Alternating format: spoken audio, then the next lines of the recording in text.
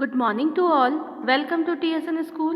हम पढ़ रहे हैं कक्षा 9वीं हिंदी स्पर्श का पाठ्यक्रम। आज हम पाठ 8 पढ़ेंगे। पाठ 8 में आपको रहीम जी द्वारा लिखे गए कुछ दोहे दिए गए हैं। इनके जो दोहे हैं वो नीति परक दोहे हैं। दोहे पढ़ने से पहले हम रहीम जी का जीवन परिचय जान लेते हैं। रहीम जी का जन्म लाहौर में सन 1556 में हुआ। इनका पूरा नाम अब्दुल रहीम खान खाना था। रहीम अरबी, फारसी, संस्कृत और हिंदी के अच्छे जानकार थे। इनकी नीति परक उक्तियों पर संस्कृत कवियों की स्पष्ट छाप परिलक्षित होती है। रहीम मध्ययुगीन दरबारी संस्कृति के प्रतिनिधि कवि माने जाते हैं। अकबर के दरबार में हिंदी कवियों में इनका महत्वपूर्ण स्थान था। रहीम अकबर के नवरत्नों में से एक हैं। अब इनके जो काव्य का मुख्य विषय है वो कैसा है? श्रृंगार, नीति और भक्ति। और रहीम जी बहुत लोकप्रिय कवि रहे हैं। इनकी जो भाषा है वह सरल, सहज और बोधगम्य है और इन्होंने अवधी और ब्रज भाषा को समान रूप से अधिकार दिया है। रहीम जी की कुछ कृतियाँ हैं, प्रमुख कृतियाँ रहीम सतसई, श्रृंगार सतसई, मदनाष्टक, रास पंचाध्यायी, रहीम रत्नावली, बैरवे, भाषिक, भेद वर्णन, ये सभी कृतियाँ रहीम ग्रंथावली में समाहित हैं। अब आपकी जो पाठ्य पुस्तक में कुछ दोहे दिए गए हैं वह किस प्रकार के दोहे हैं? नीति परक दोहे हैं। मतलब कि हमें पाठकों के साथ या सामने वाले के साथ कैसा व्यवहार करना चाहिए, इस प्रकार की शिक्षा हमें दिए है। और ये बताया है कि मानव मात्र में करणीय और अकरणीय किस प्रकार होना चाहिए, मतलब आपका करना और आपको क्या नहीं करना है। इस प्रकार की नसीहत रहीम जी इन दोहों के माध्यम से हमें दे रहे हैं। और रहीम जी ये भी बता रहे हैं कि एक बार इन दोहों को पढ़ लें तो उन्हें भूल पाना असंभव है। अब हम दोहों की तरफ बढ़ते हैं। इसमें आपका जो पहला दोहा है वो है, रहीमन धागा प्रेम का मत तोड़ो चटकाए, टूटे से फिर ना मिले, मिले गांठ परी जाए।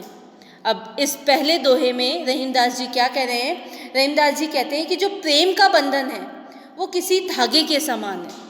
आपका जो प्रेम का बंधन है वो एक धागे के समान है जिसे कभी भी झटके से नहीं तोड़ना चाहिए। मतलब अगर आप किसी से बहुत अच्छा व्यवहार रखते हैं, बहुत अच्छा प्रेम रखते हैं, तो कभी भी किसी भी मनमुटाव में या किसी भी लड़ाई झगड़े में उसे एक झटके से तोड़ना नहीं चाहिए, बल्कि उसकी हिफाजत करनी चाहिए। मतलब ठीक है, आप थोड़ा बहुत गुस्सा हो सकते हैं, लेकिन एक बार में उसको ये ना कह दें कि अब तेरी मेरी दोस्ती या तेरा मेरा रिश्ता जो है वो ख़त्म हो चुका है। क्योंकि रहीमदास जी क्या कह रहे हैं, जिस प्रकार से एक बार धागा अगर टूट जाता है तो उसे जोड़ने के लिए क्या लगानी पड़ती है? गांठ लगानी पड़ती है। बिना धागा को गांठ लगाए उसे जोड़ा नहीं जा सकता। उसी प्रकार किसी से रिश्ता जब एक बार टूट जाता है तो उस रिश्ते को दोबारा पहले की तरह नहीं जोड़ा जा सकता। पहले की तरह उनमें वो विश्वास नहीं रहता है, ठीक है, वो प्रेम नहीं रहता है। ठीक है, आप मन मार कर उससे वापस रिश्ता बना सकते हो, लेकिन पहले की जैसे धागा बिना गांठ के बिल्कुल प्लेन रहता है, लेकिन जब जोड़ने पे उसमें गांठ पड़ जाती है, उसी प्रकार रिश्ते में भी जब पहले अगर आपका रिश्ता अच्छा है और अगर आपने एक झटके से उसे तोड़ दिया तो उसमें क्या पड़ जाएगी? गांठ पड़ जाएगी। वह रिश्ता पहले के जैसा नहीं रह पाएगा। क्लियर है? अगला पद दोहा देखिए, रहीमन निज मन की विथा, मन ही राखो गोए, सुनी अठिलेही लोग सब, बाटी न लेहे कोई। अब इस पद में, इस दोहे में रहीमदास जी क्या कह रहे हैं? रहीमन निज मन की व्यथा। रहीमदास जी कह रहे हैं जो मन की व्यथा है, अपने मन की जो पीड़ा है, अपने मन का जो दर्द है, वो दूसरों से छिपा कर ही रखना चाहिए। मन ही राखो गोए, अपने मन में ही रखना चाहिए। क्योंकि जब आपका दर्द किसी अन्य व्यक्ति को पता चलता है तो वह लोग उसका मजाक उड़ाते हैं। सुनी अठिलेही लोग सब, बाटी न लेहे को। अठिलेही मतलब क्या होता है? मजाक उड़ाना। ठीक है, लोग बाग कैसे होते हैं कि अगर आप अपने मन की व्यथा, अपने मन की पीड़ा अगर किसी को बताते हैं तो लोग उसे सुनकर उसका क्या करते हैं? मजाक उड़ाते हैं। बाटी न ले, कोई आपके दर्द को बांटता नहीं है। अर्थात कोई भी आपके दर्द को कम नहीं करता है, बल्कि आपका उसमें मजाक उड़ाते हैं। बाटी का अर्थ क्या होता है? बांटना। कोई का अर्थ यहाँ पर कोई से है, ठीक है। बिथा का अर्थ यहाँ पर दर्द से है, और अठिलेही का अर्थ मजाक उड़ाना। क्लियर हुआ? तीसरा पद दोहा देखिए आपका, एके साधे सब सधे, सब साधे सब जाए, रहीमन मूल भी सींच बो, फूले फले अघाए। अब यहाँ पर रहीमदास जी क्या कह रहे हैं? एके साधे सब सधे। रहीमदास जी कहते हैं कि एक बार में केवल एक ही कार्य करना चाहिए, क्योंकि एक काम को पूरा होने से कई और काम अपने आप पूरे हो जाते हैं। एके साधे सब सधे, सब साधे सब जाए, मतलब एक कार्य को पूरा करने से सारे काम अपने आप स्वतः ही पूर्ण होते जाते हैं। और यदि आपने एक कार्य को अगर पूरा नहीं किया तो आपके और दूसरे कार्य हैं वो भी अधूरे रह जाते हैं। क्यों कह रहे हैं कबीरदास जी ऐसे? क्योंकि यदि आप एक साथ कई लक्ष्य को पास करने की कोशिश करते हो, कई लक्ष्य को पार करने की कोशिश करते हो, तो आपके हाथ में कुछ भी नहीं आता है। इसीलिए रहीमदास जी कहते हैं कि जैसे पौधे से फूल फल सभी आते हैं, लेकिन हम पानी किसको देते हैं? जड़ को, ताकि जड़ से तना भी हरा रहेगा, डालियाँ भी हरी रहेगी, पत्ते भी हरे रहेंगे, फूल भी आएंगे और फल भी आएंगे। तो क्या कहा जा रहा है कि अगर आप एक काम अच्छे से कर लेते हैं तो आपके जो और दूसरे कार्य हैं वो निश्चित रूप से पूर्ण रूप से सही होते हैं। तो क्या कहा है कबीरदास जी ने? केवल एक बार में एक ही कार्य करना चाहिए, उस कार्य को बिल्कुल अपने तन मन लगन से उस कार्य को पूर्ण करना चाहिए। लेकिन अगर आप चाहें कि आप एक बार में अनेक लक्ष्य पूर्ण कर लें तो वो रहीमदास जी के अनुसार सही नहीं है। आया समझ में?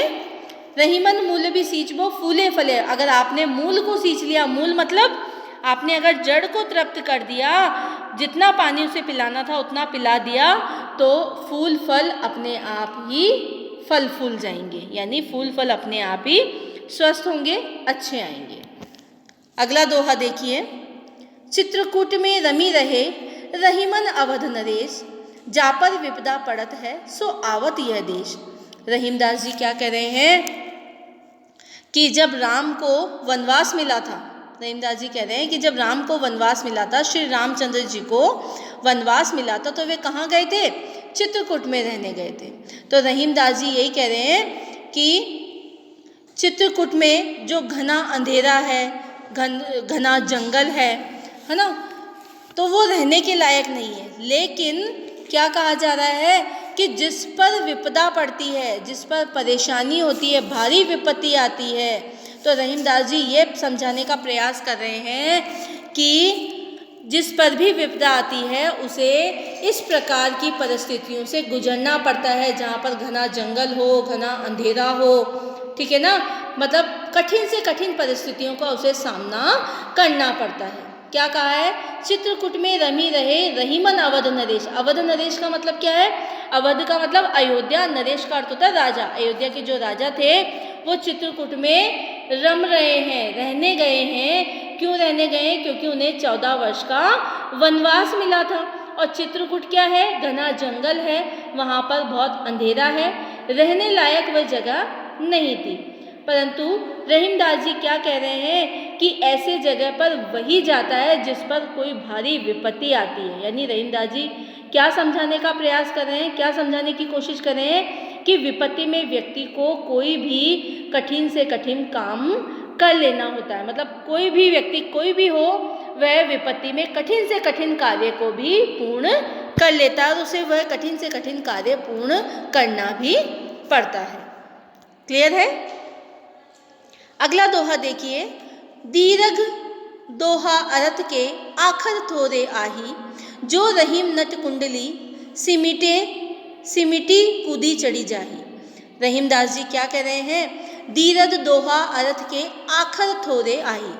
अगर रहीमदास जी का कहने का अर्थ है कि दोहे भले ही कम अक्षर के क्यों ना हो, आखर थोरे आई, आखर मतलब अक्षर, अक्षर भले, थोरे मतलब कम, अक्षर भले थोड़े ही क्यों ना हो, दीर्घ दोहा अर्थ के, लेकिन उनका जो अर्थ होता है वो बड़ा ही दीर्घ होता है, बड़े ही गहरे शब्दों वाला होता है, उसमें बहुत कुछ ना कुछ कह देने वाली बात होती है। अब जैसे हम रहीम दास जी के यहाँ दोहे पढ़ रहे हैं, दो दो पंक्तियों के ही हैं, लेकिन इसमें कितनी बड़ी बड़ी बात कही गई है। जैसे कि रहीमन धागा प्रेम का मत तो, मतलब आपको प्रेम का धागा नहीं तोड़ना चाहिए, अगर तोड़ दो तो पहले जैसी बात नहीं रहती है। तो रहीम दास जी क्या कह रहे हैं कि चाहे दोहों में कितने ही कम अक्षर क्यों ना हो, भले ही कम अक्षर हो, कम शब्द हो, परंतु उनके जो अर्थ होते हैं वो बड़े गहरे होते हैं, बहुत कुछ कह देने वाले होते हैं।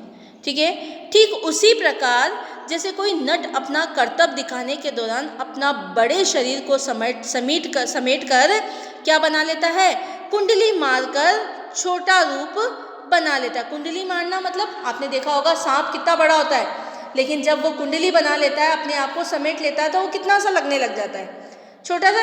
इसी प्रकार जो कर्तव्य दिखाने वाला होता है, जो सर्कस दिखाने वाले होते हैं, वो व्यक्ति भी जब ऊंची ऊंची छलांग लगाते हैं, छलांग लगाते समय, कूद लगाते समय अपने शरीर को क्या कर लेते हैं, कुंडली नुमा समेट लेते हैं। मतलब जब कोई बड़ा कार्य उनको करना होता है तो वे अपने आप को क्या करेंगे, समेट लेंगे। इसी प्रकार दोहे चाहे कितने भी छोटे क्यों ना हो, उनका अर्थ बड़ा ही होता है।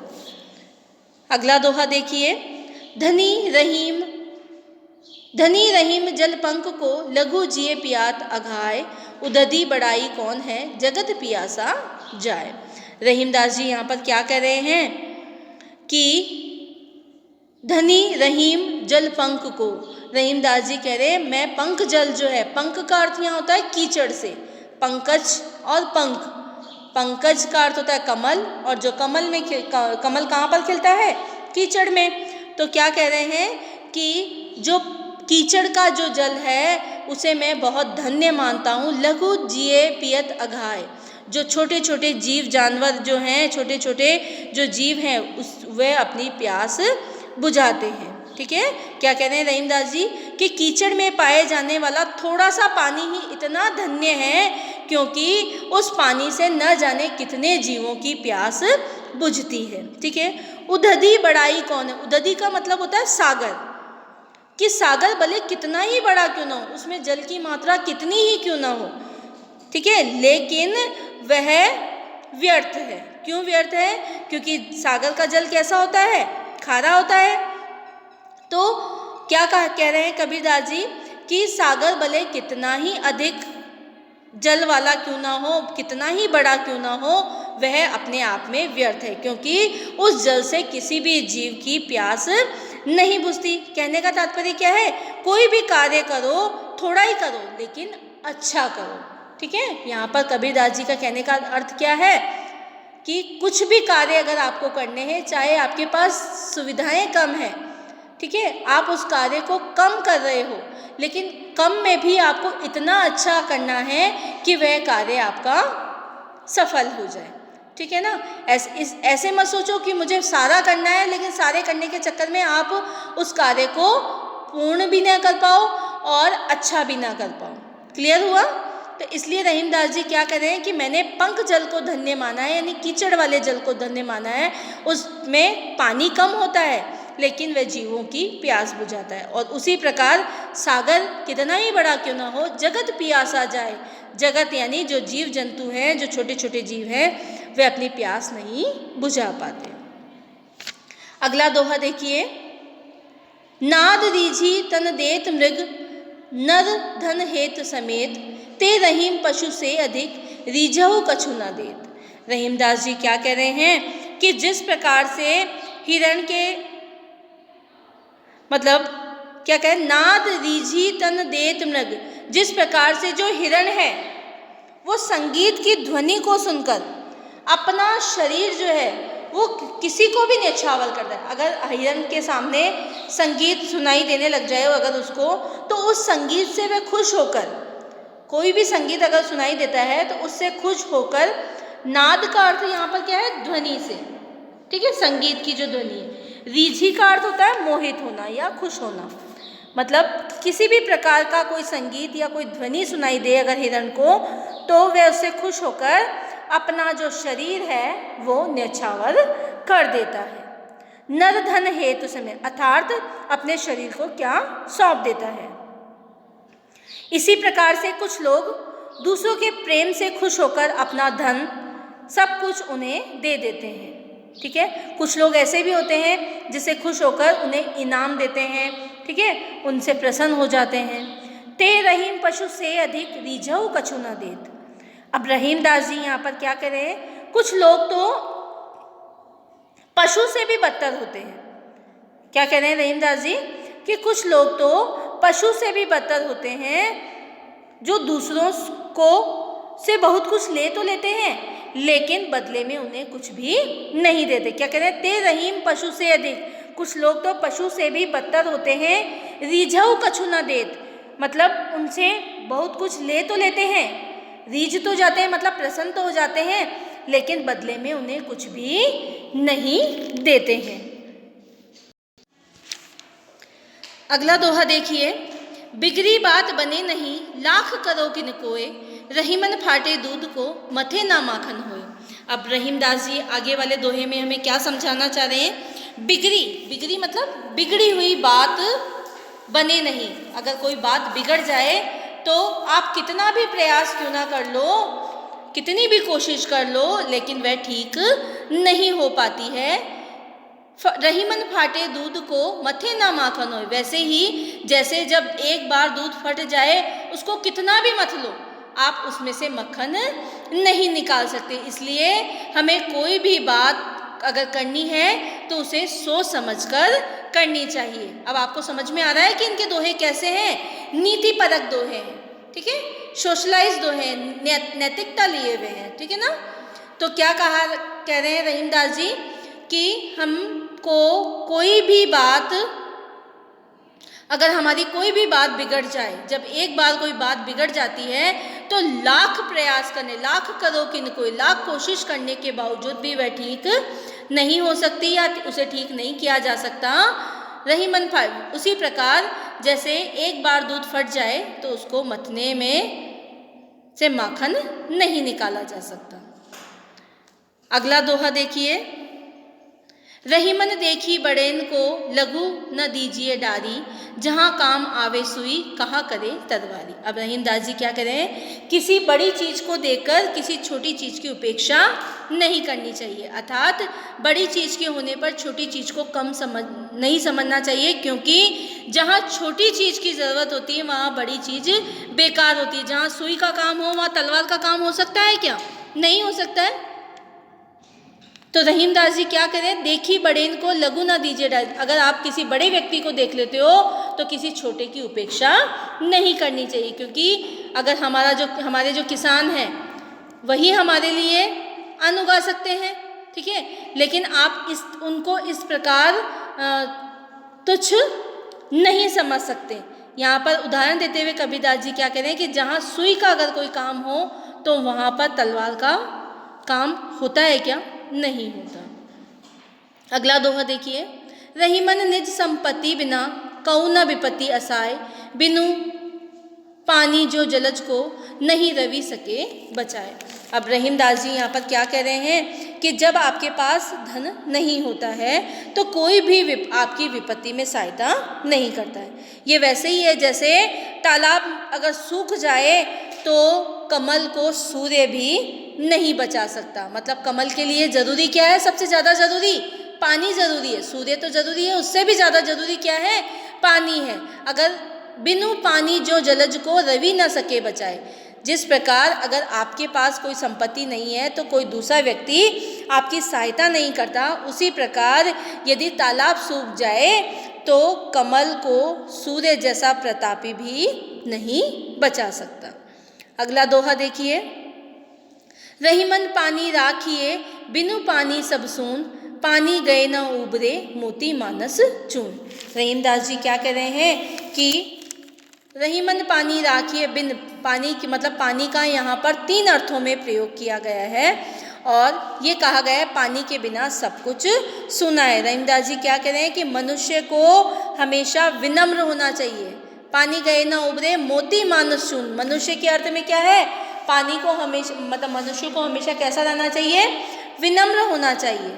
और पानी का दूसरा अर्थ यहाँ पर आभा, तेज, चमक से है, जिसके बिना मोती की कोई वैल्यू नहीं होती है, कोई मूल्य नहीं होता है। और पानी का तीसरा अर्थ जल से है, यानी अगर हम सूखे आटे से कोई प्रयोग कर सकते हैं क्या? जब तक आटे में पानी नहीं मिलाया जाता तब तक उस आटे का कोई अस्तित्व नहीं है।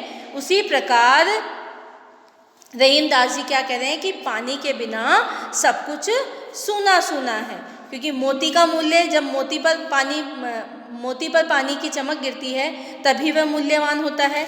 और मनुष्य में जैसे हम पानी पानी हो जाते हैं तो मनुष्य का अर्थ यहाँ पर इज्जत से लिया गया है। और चून का अर्थ यहाँ पर है कि जब तक पानी को मतलब आटे में पानी नहीं मिलाया जाए तब तक आटे का कोई अस्तित्व नहीं रहता। उसी प्रकार मनुष्य को भी अपने व्यवहार में हमेशा विनम्र रखना चाहिए, जिससे उसका जो जीवन है वो बहुत ही क्या हो जाएगा? सार्थक हो जाएगा। अब इन दोहों को पढ़कर हम ये समझ सकते हैं कि ये दोहे हमारे जीवन में किसी ना किसी परिस्थिति से जुड़े हुए हैं। मतलब ये जो दोहे हैं हमारे जीवन की एक मूलभूत समझ है, सबसे ज़रूरी समझ है। इन दोहों के माध्यम से हम जीवन को समझ सकते हैं। धन्यवाद।